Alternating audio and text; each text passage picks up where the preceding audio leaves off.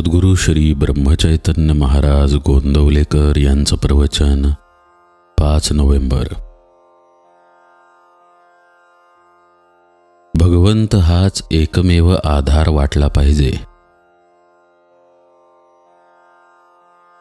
एक भगवंत सत्य आहे। आपले कुठे चुकत असेल तर ते हेच की आम्ही प्रपंच सत्य मानतो। फणस कापायला ज्याप्रमाणे हाताला तेल लावावे लागते त्याप्रमाणे राजकारण घ्या किंवा प्रपंच घ्या, हरिप्रेमाचे तेल आधी हाताला लावावे। समर्थांनी मुख्य हरिकथा निरूपण असे सांगितले, म्हणजे बाकीच्या गोष्टी आपोआप मागे येतील। आम्ही कर्तेपण मिरवू पाहतो, इथेच सर्व बिघडते। हरीचे अधिष्ठान ठेवण्याआधी आम्ही आपल्या कर्तेपणाचेच अधिष्ठान ठेवतो। लग्नाच्या आधी देवाला नमस्कार करतो, पण पुढे प्रपंचात देवाला विसरतो, हे चुकते। नुसते विषय घातक नाहीत, त्यांच्यात आम्ही आपल्या आवडीने जीव घालतो, हे घातक आहे। विषयाच्या ताब्यात जाणे घातक आहे। इमारत मोठी करावी, कळस सुंदर सोन्याचा करावा म्हटले, पण पायात जर चांगला नाही घातला तर देऊळ कसे टिकावे। अमुक एका कार्याला कोणाची मदत नको म्हटले तर आपण जे म्हणू ते व्हायला पाहिजे, ते होत नाही तेव्हा मदत कुणाची तरी घ्यायचीच, तर मग आपल्यासारख्या बुडत्याचीच घेऊन काय उपयोग, भगवंताचीच घेतली पाहिजे। आम्ही जर भगवंताजवळ विषय मागितले तर त्याचे फळही घ्यावे लागेल। दुर्योधन आणि अर्जुन भगवंताची मदत मागायला आले। एवढे सैन्य सोडले आणि अर्जुनाने भगवंताला मागितले। दुर्योधनाने जे मागितले तेच नाही का आम्ही आज प्रपंचात मागत? आमचे कार्याकडे लक्षच नसते, सर्व लौकिकाकडेच असते।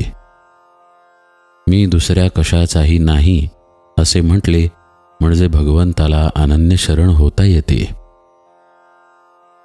परमात्मा हवा ही नाही आम्ही जाणीव करून घेत।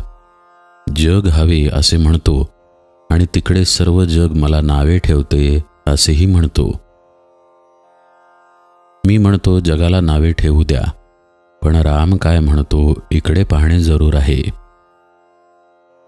आपण परमेश्वराचे परमेश्वरालाच दिले तर कुठे बिघडले? जो दिसत नाही भासत नाही त्याचे हे सर्व आहे असे म्हणण्यात कुठे बिघडते?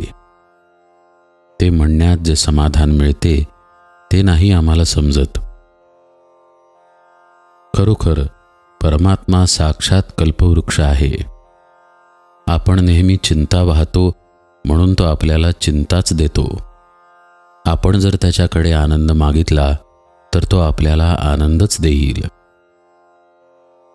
भगवंताचा आनंद हा फार बलवत्तर आहे। तो एकदा मिळाल्यावर प्रपंचातल्या लाभहानीचे महत्त्व नाही।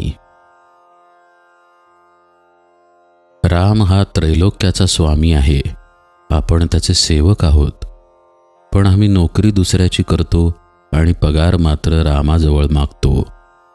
तसे करू नये। खरेखुरेच रामाचे दास व्हावे।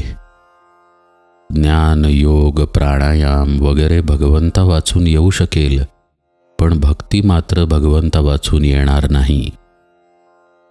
भक्ती ही भगवंताची देणगी आहे।